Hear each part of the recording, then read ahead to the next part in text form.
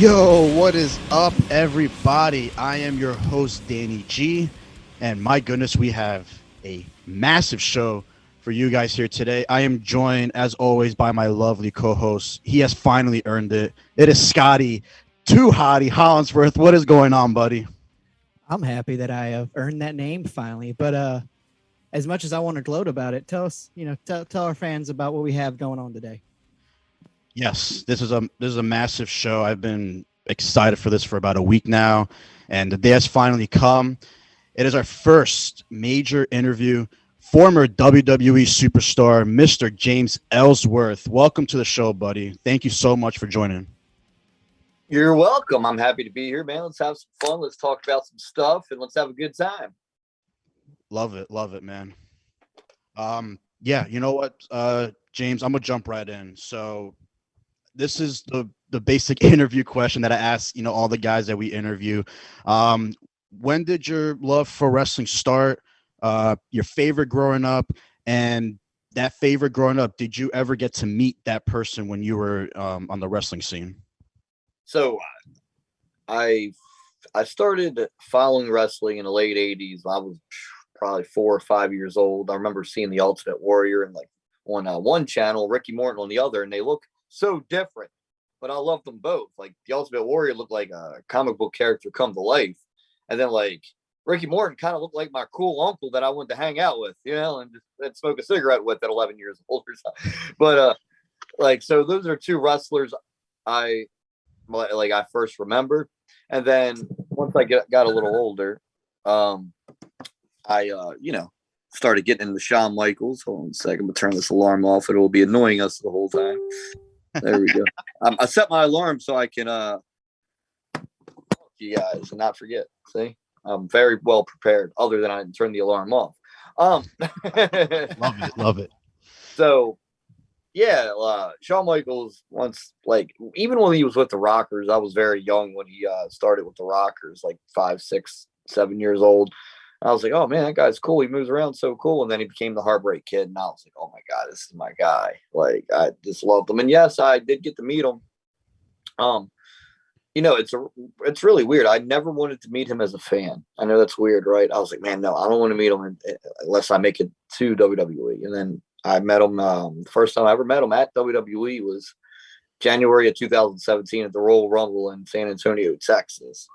And then I finally met him, and I was like, wow, that's cool. That's awesome. You met him in his hometown. Yeah, that's what he was doing there. We had the Royal Rumble there in 2017. I got to be a part of it, and he was there backstage, and I walked up to him, and I said, hey, I'm James. Nice to meet you. Hope you don't mind me using the super kick. And he laughed. He said, oh, yeah, man, everybody uses it. So that was cool. Oh, that's good, because that was my favorite growing up. So that's good to hear. He's just as nice as he could be backstage, it sounds like. Very nice to me. Very nice. That's all that matters then, man. Well, I want we want to talk current product with you, but kind of just want to get the general questions out. From what we've read, you've started your career in 2002, correct? Yeah. Yeah, right, 20 years ago. Who trained you? Axel Rotten, ECW original. Really? Woo, love it. Is he hard hitting like he was on TV? See, no, that's the thing, man. He's known for the hardcore stuff, the ECW stuff, death matches, Taipei death matches, all that. But he was in WCW for a short period of time back in the early 90s. And then after that, he went to Memphis and wrestled for USWA, Jerry Lawler's promotion. So he's very old school and very, safe in the ring. That hardcore stuff is, he was never against it. He had that look, so they would ask him to do it, and he just wasn't scared to do it, really. Yeah, so, and that's what he went with, and that's what got him, a little bit of a name. But nah, man, he knew wrestling better than most. He had a Jake Roberts caliber mind about wrestling, and there's quotes out there with Raven and Paul Heyman and guys like that talking about how smart Axel was about the business and wrestling. Unfortunately, he had his demons that made him not so smart outside of wrestling, but when it came to wrestling, he really knew his stuff, and I was very fortunate to get trained by him for sure. That is awesome, man. I would never would have put that together with him, just seeing the character he was on TV. I'd never would have thought he took it that serious and knew that much about it. Oh, absolutely. Yeah. Don't judge a book by its cover is what they say, where, just you really don't know the person unless you get to know him. And man, getting to know him, he definitely, I'm pretty sure I wouldn't have made a WWE without his knowledge and his mentorship and all that I was blessed to have. That is awesome, man. Love it. So James, you got into Raw like roughly like around like 2017, right? Like more or less in that time frame. Raw. So I was on Raw with Braun Strowman in July of 2016. Nice. So obviously now we have a lot of guys who maybe have been like babies in 2016 that are now like the main guys. And I want you to talk about like the current product. Like we see the guys of we see like the Roman Reigns, the Seth Rollinses, the KOs, even now with NXT 2.0, we got, Steiner starting to make a come up. Are there any current guys right now that are under the radar that you see like, you know what, this guy's got it? Well, have you guys? I'll start with the girls because I like to do girls then guys and ladies first, right? Absolutely. Now the Tiffany Stratton girl has it all. Like I don't know if you like the character's awesome. She's a spoiled little rich girl, daddy's girl. She has an amazing look, obviously. She's very athletic. She's good promo. Like she has it all. Like she's almost like flawless. Like she has everything you need to be a star. So, and I don't think, like NXT is very under the radar. Like I don't think a lot of people see it yet, but that girl. Scotty is he's a big no right now in NXT 2.0. I'm still like I'm in the middle because I love Black and Gold. Mm-hmm. Black and Gold, their takeovers, their pay-per-views, they hit on every single one. And I'm still waiting to see that from the 2.0 crowd or 2.0 roster, I meant to say. And then, man, like for the guys, LA Knight, like they need to hurry up and put him on the main roster. Like the dude, who's more interesting than him? Like he comes out, he's got that thing over, and every word he says is just fluent and sounds correct, and he looks the part, and he wrestles awesome. Obviously, he was Eli Drake in TNA or Impact. I wrestled him on Impact pay-per-view. But yeah, he's really good, and they definitely could put him on the main roster right now, and he could become a star. And hopefully they do. So Tiffany Stratton, and LA Knight are like my two people that I'm, really behind right now, and hope get that, go to that next level and become even bigger stars. Oh, I haven't seen her, but of course I have seen LA Knight. And yeah, he looks. Go on your phone right now and look up Tiffany Stratton while we're on this podcast. You heard the man. Right. You heard the Let man. me see. All right, Tiffany Stratton. Go to like her Instagram. I don't know. Like it's not just about the looks. Like she is so athletic. She can do anything. She's like just very athletic. So since we're on the topic of women's division, obviously WWE has taken a crazy big initiative on upping the women's division. They're no longer divas. They are the women's division. One thing that I'm heavily critical on, and so is Scotty, the AEW women's division, it seems like we have only two big stars and then the rest are mid to low tier. Is that a fair assumption, or do you really see like a lot more, athletic women in AEW? Not to say they're not athletic, but obviously WWE's women's division can smack the hell. WWE's women's division is second to none. But like at AEW, obviously got Britt Baker, Thunder Rosa, Jade Cargill. But besides those three, a lot of them are just really under the radar right now, right? Like I think they should do more with Penelope Ford, for instance. Yep, good girl. Ruby Soho, when she made an impact when she first came in, and then it's been just from there, and she's awesome. Not everybody can be the champion. Not everybody can be the TBS champion. They got two titles in the women's division. I get that. But yeah, like compared to WWE women's division, no one can touch. Like it's.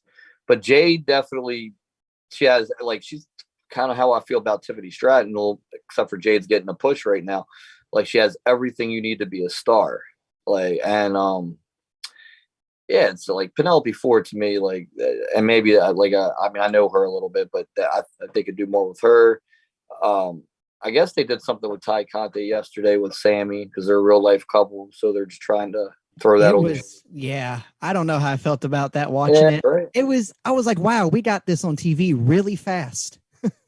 Well, yeah, the whole thing happened so fast, I guess. But like, yeah, but yeah, no, they do like next week. I hope, and I hope they do this next week. Thunder Rosa and Britt Baker are in a steel cage match for the women's title.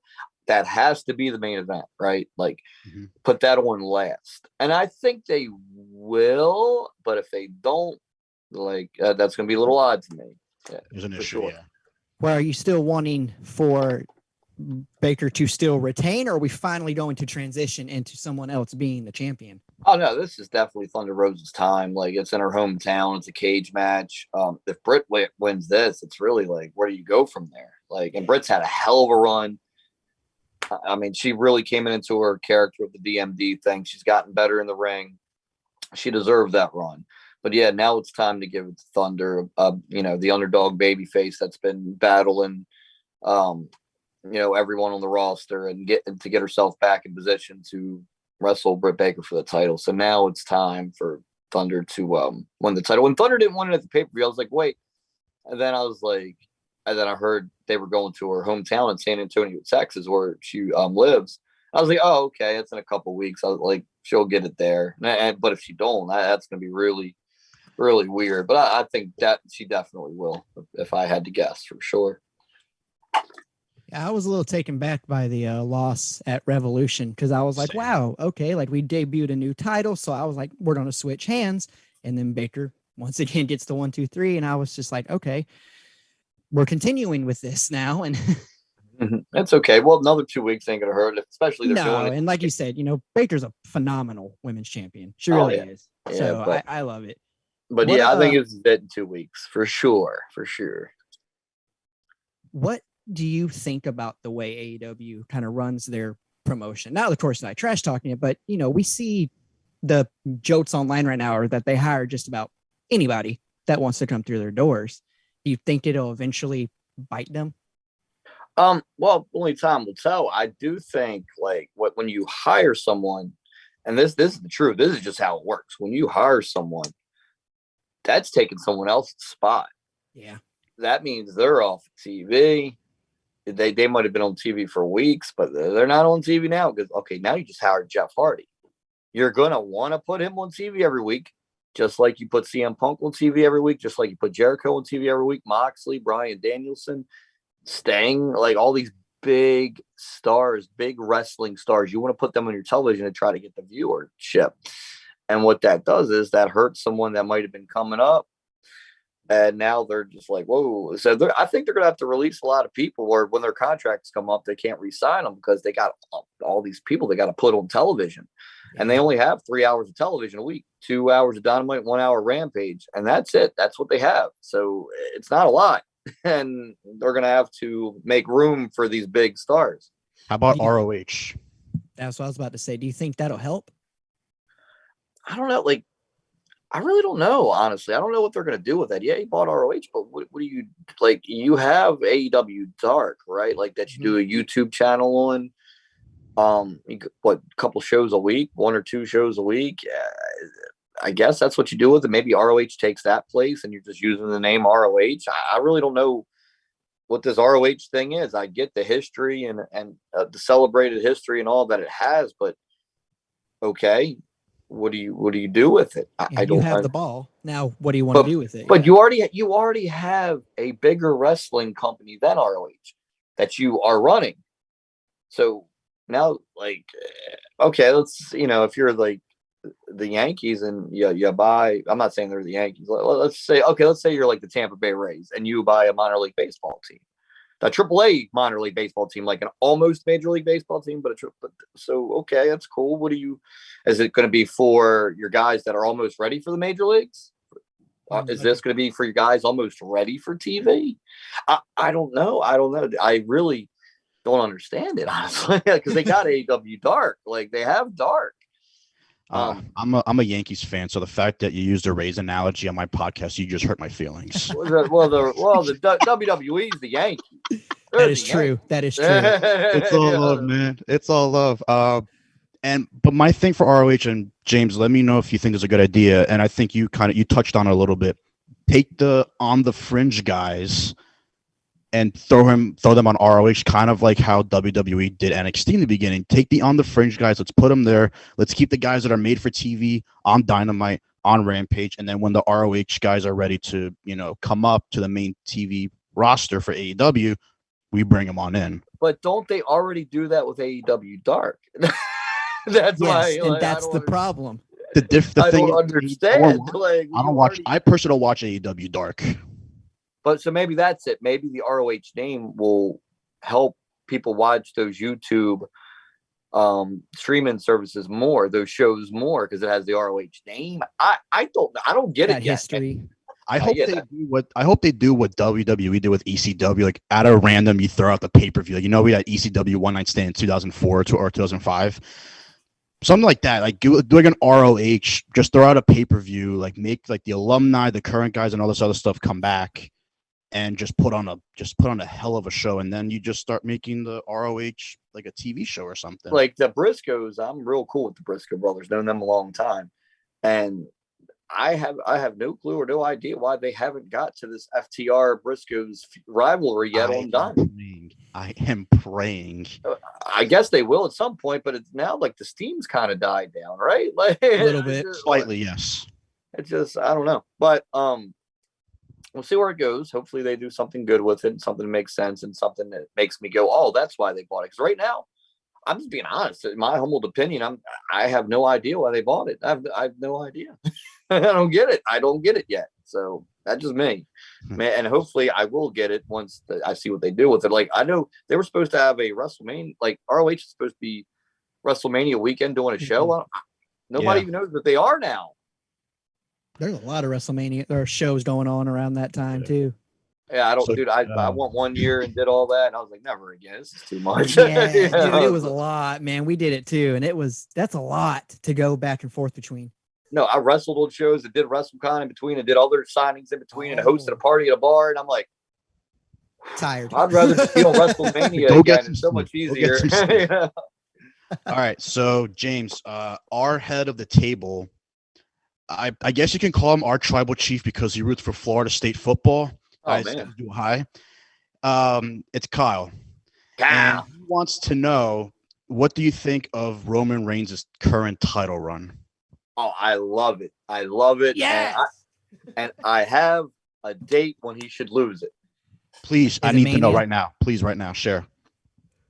SummerSlam 2023. Okay. You just blew my mind. Explain. Okay, that's a little while from now. So we're gonna want him to face The Rock next year in LA, right? For the title. Fair. So I mean, and then you're gonna do the draft, and you have a lot. I want to see a rivalry with AJ Styles. They're obviously gonna do another rivalry with Seth Rollins because they did a DQ at the Royal Rumble, so he hasn't beat him yet. Yeah. So they're going to do that. I'm sure they're going to get through Drew McIntyre. There might be a Bobby Lashley rivalry in there somewhere. You got guys that he hasn't really done much with that you can get. You can get that far, and then by Summer. And now listen to me. This is just me, right? By SummerSlam 2023, Riddle should be a little more serious by then, right? Okay. Right now he's goofy and they're having fun with RK Bro and it's great. But eventually, sometime this year, Randy's going to drop him. And then he has to beat Randy. But when he does beat Randy, he has to go to that place where he's not going Randy anymore. He has to be serious. This guy was in the UFC. He was 8-2 in the UFC. He's a great wrestler. He's chiseled. So we build that guy up. And then next year, SummerSlam 2023, that's a year and a half from now. Riddle beats Roman Reigns. Boom. That's there's my booking. There's my booking. I'm down for it though, because we've always talked about back and forth, like who would beat Reigns, especially if he goes on to beat The Rock. It's like, okay, who that he hasn't beat is left. And I honestly would have never put Riddle into my mind. No, you wouldn't think about it right now. He's in a tag team, but the dude's he's in great shape. He's a great wrestler. The people like him. He was the original booking to win this year's Royal Rumble. That's been according to the dirt sheets. That's probably not. The quote. It's probably not true. Well, they're just they put these headlines up so you click on or you just read it. They're really bad, man.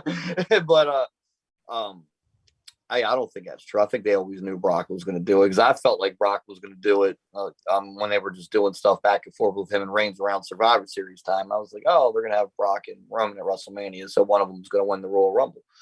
But the only thing that gets in the way of that Reigns thing, if they unify the title, somebody has to win Money in the Bank this year. That's the only thing that's like gets in the way of all, unless they don't cash in successfully, which has happened before. So we'll see. We'll see where everything goes. But this is just me. I thought you build up like a Riddle or somebody. I mean, then you're building up Austin Theory. He's not going to be ready by then, but I like Austin Theory. I think he's going to be a good heel for years. That's Absolutely. Scott's favorite right now. That is one of my favorite young guys right now because he just has that little it factor that I like. Oh, yeah, Vince sees it. That's why Vince is doing backstage with him. Yeah, so he's going to be good. I mean, he reminds me young. Remember when Randy Orton came in? He didn't really know who he was yet. He had the little blue shorts and the scruffy hair. And then he became who he is now. And Austin Theory has an opportunity to do that, I feel. I'm hoping he does. But so one of the things that I notice a lot of wrestlers have nowadays is a Twitch account or some type of. I mean, some of the women go down the other website we won't mention and. Take that route. But from what I know, I'm sorry, I've never been on Twitch in my life. I'm not that. I just don't get it. But from my knowledge, you do have a Twitch. And what is it that you do on your Twitch? Like, explain to our viewers what it is that is just an average episode. So I just got on Twitch about a month ago. My fiance bought all the stuff and she's like pushing me to do it. I was like, I don't want to go in there and play video games. I don't have time for that. Right? So like I got kids, I got her. I wrestle every weekend. I run my own wrestling promotion. So I'm like, man, she's like, oh no, get on there and think of something cool to do. I was like, all right, this is what I'll do. So right now, and maybe it'll become more. Right now, I'll watch Raw every Monday and I'll watch AEW Dynamite every Wednesday. So it's 2 different shows. And every time I think something on the show sucks, I'll take a shot of whiskey, and like we'll see how many shots I do. And it'll be called Taking Shots with Ellsworth, Taking Shots at Raw with Ellsworth, Taking Shots at Dynamite with Ellsworth. So every time I do, and I don't fake it at all. Whatever I honestly think something sucks, I take a shot. And I was watching Raw, I don't know, one of these weeks, and I was like, dude, I can't drink anymore. I'm going to bed. I was like, about to pass. And last night wasn't the best Dynamite either. So like, I had a few shots last night. And I was like, "Oh, guys, come on!" Like I didn't understand why Dante Martin got a world title badge. I was like, "What is this? This is random." I don't know. And it started the show like the first match. I was like, "Okay." I'm an advocate for Dante Martin. So I like him. I was happy that he got the shot. Well, because AEW has that ranking system. So like, if you're the number 1 contender. You're going to get your shot. Number 1. He wasn't even number 1. He was number 2 now. Yeah, he's number 2 because Adam Cole's still considered number 1. So they I don't know, that whole nobody pays attention to that system. You know what I mean? They don't. Like, you're not at all. So I like, and I was a fan of the system at first, but I don't think they put enough emphasis on the system. They don't talk about it enough. They don't make it matter enough. So that's why I feel like it doesn't matter. Like nobody pays attention to it. If they would make it more of a shoot, like I think it would have worked, but because I really did like the idea at first, but now they don't really talk about it as much. Or like they'll bring it up every now and then, but they don't show it or put it over as much as they should. I think I've noticed the only thing that I ever see when it comes to records now or anything like that is like when they come out, it's just on the screen at the very bottom, just whatever their AEW record is for this year. Yeah, we see that. And that's it. Yeah, like Jade's 30-0 now or something. She's awesome. I'm glad they're doing her. I call her Goldberg. Well, they're doing the Who's Next now. I was like, please don't have her say Who's Next again. That's why I call her Goldberg, and she's undefeated. The crowd's gonna start chanting Goldberg. They are. They will. Next time, 100%. Next time they come to New Jersey, I'm doing it. I think they already did it once when she said Who's Next on the mic. I think they did it. I was like, right away they did it. That's because that's who they're gonna think about when you hear. The day she comes out with the pyro and inhales the smoke and spits is the day I'm sold on Jade Cargill. I'm sold on her. She looks more like a star than anyone on the show. She looks like a star, 100%. I think she's great. Yeah, 100%. Awesome. Yeah. So James, obviously you've been out of WWE for quite some time now. Is there a WWE Return to the future? And if not, what other business ventures have you been looking at or you're looking to do? So I am pretty sure at some point you'll see me back on there doing something, whether it be a cameo appearance or a Royal Rumble or Carmella, this is your life, or whatever they do, I love it. Yeah, Love it. so I'm sure of it. I'm sure, but until then, man, I'm doing independent wrestling. I'm pretty much wrestle every weekend. I run my own wrestling shows. I run one show a month. That keeps me busy. I do really good with that. Yeah, I do. I probably wrestle between running my own shows and wrestling. I probably 75 to 80 shows a year still. Between So I mean, and I'm making money doing it. So I'm going to keep that rolling as long as I possibly can. Which Hell I yeah. don't see any signs of it slowing down. So what is your show? Adrenaline Championship Wrestling. Go to adrenalinewrestling.com. You can check it out there. And I've been running it. We've been running shows since 2009. Nice. Here in Maryland. Yeah. Come check it out sometime. We just had a show Sunday. We had the Sandman on there. Hell yeah. Yeah, we did. Dude, it was so cool. So we did a show at this building, and the bell time was 5, and the show was over at 7:30. And then at the building, we showed the AEW pay-per-view. So if you're a wrestling fan, right, you get to go to an independent wrestling show. You have James Ellsworth on the show, Gilbert, the Sandman, all these people that you might recognize from television. And then right after the show, you get to sit there and watch the pay-per-view. It was great. That's a double whammy right there. I love it. Yeah, that's a positive double whammy, man. Well, so do you enjoy the indie scene more than the, on being on TV all the time? I'm sure it has to be ran completely different. I feel. Oh, it is. It's a lot more chill in the indies. I enjoy WWE because, when I was a kid, all I dreamed about was cutting promos, at WWE, having that microphone. And, dude, they gave me Mike a lot. They really liked my promos and trusted me to go out there and tell the story. And it was I was talking every week, and I'm out there, that was so much fun to me. And that was so easy. Everybody's like, "Ain't you nervous that you're on live TV and you're in front of thousands of people and millions watching at home?" And I'm like, "No, this is what I live for. This is what I always wanted to get to. And this is what everybody said I wouldn't get to." And I just never, I always ignore negative noise that goes in one ear out the other. I've always been like that. I don't hear anything negative. It just, I live a fun. You only live once, man. I try to live a fun, positive life. I don't put anybody in positions they don't want to be in. I do my thing, and I just love to wrestle, whether it be at an independent show or a WWE show. I just love to do it. I'm very passionate about it and really enjoy it in front of 7 people or 75,000, because I've been in front of both, and I enjoy it either way. So, James, I have one final question before we bid you farewell, and this is kind of like a funny gag question. You were in the ring with a 5-on-5 Survivor Series promo. Jericho's in the ring just roasting everybody, and then he gets to you. I want to know how hard was it to not to contain your laughter? Because I'm, as a fan, I'm watching. He roasted you. He said, AJ Styles' stupid soccer mom haircut. You just made the list. I would have been on the ring rolling on the floor laughing. How hard was it for you just to not just burst out laughing during that?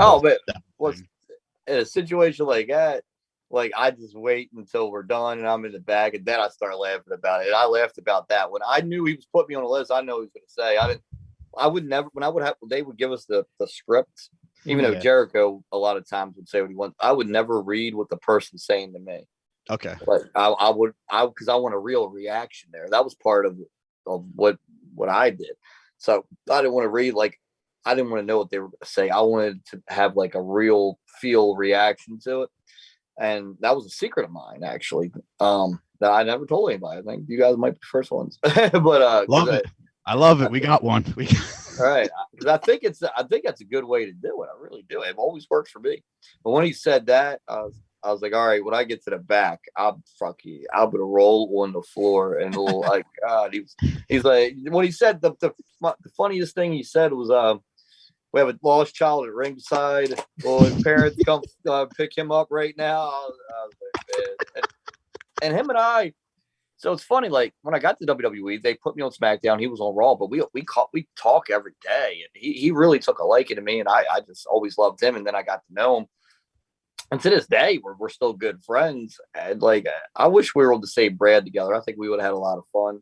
But he left shortly after that. He left WWE in maybe 2017. And but yeah, he's the man, and he's still the man. And he got kind of big, and then look, people made fun of him online. He's like, "I'll show you MFers," and he's in tremendous, great shape.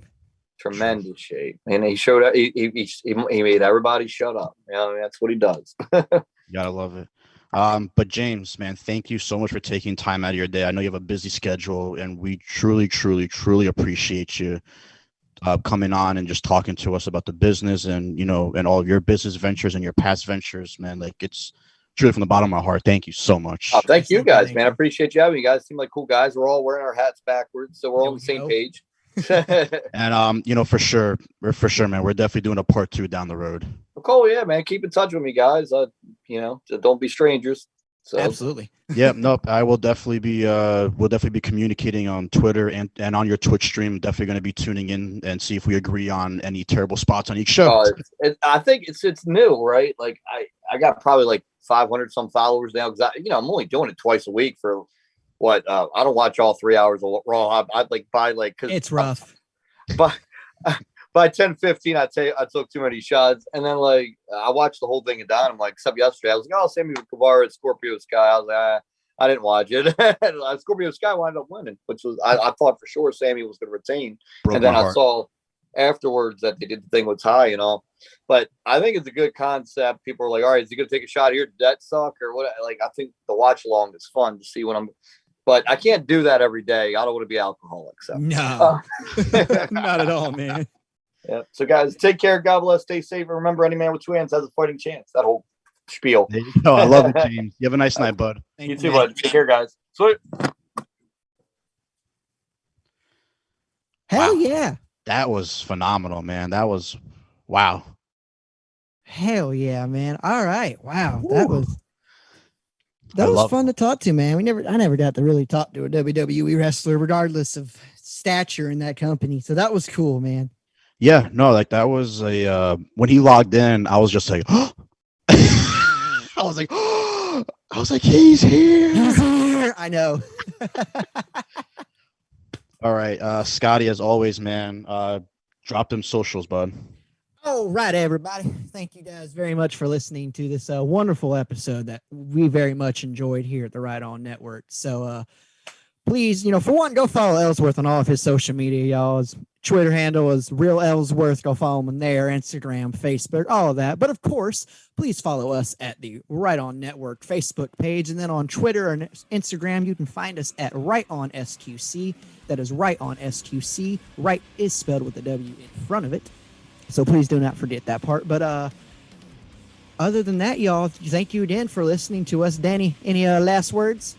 Nope. I want everyone to have a safe weekend, and please, continue to show us love. All the social media is growing, and I really appreciate it. But until then, y'all, adios. Later.